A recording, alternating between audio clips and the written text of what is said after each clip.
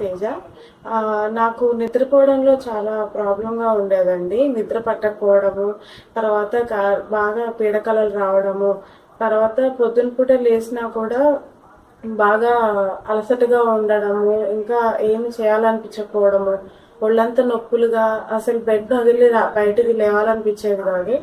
ఆ, ఇలా ఉండడంతో కొద్ది రోజులు అయిన తర్వాత ఈ పీడకలలు రావడం ఇంకా ఎక్కువ అయిపోవడము, ఇంకా భయంకరంగా రావడము, ఆ రూమ్ లో ఎవరో ఉన్నారు అన్నట్టు చాలాసార్లు నేను మా అమ్మ వాళ్ళకి చెప్తూ ఉన్నాను. అయినా కానీ అదేం లేదు అని అన్నారు. కానీ ఎవరో ఉన్నట్టు అది అలా రూమ్ పాస్ అవుతున్నా కూడా ఏదో ఉంది అక్కడ కూర్చో ఉన్నారు అన్నట్టు అనిపించేది. ఇలా ఇంకా పీడకలలు ఎక్కువైపోవడం అలా అనిపిస్తుందని మా నాన్నగారు చెప్పినప్పుడు శాస్త్రి అంకుల్ రమ్మని చెప్పారు.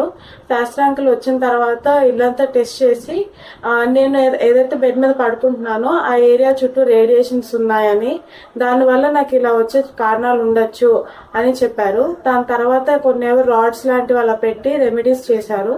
ఆ రెమెడీస్ చేసిన తర్వాత ఇప్పుడైతే పడుకొని చూడండి, అది ఎలా ఉందో చూసి చెప్పండి అన్నట్టు అన్నారు.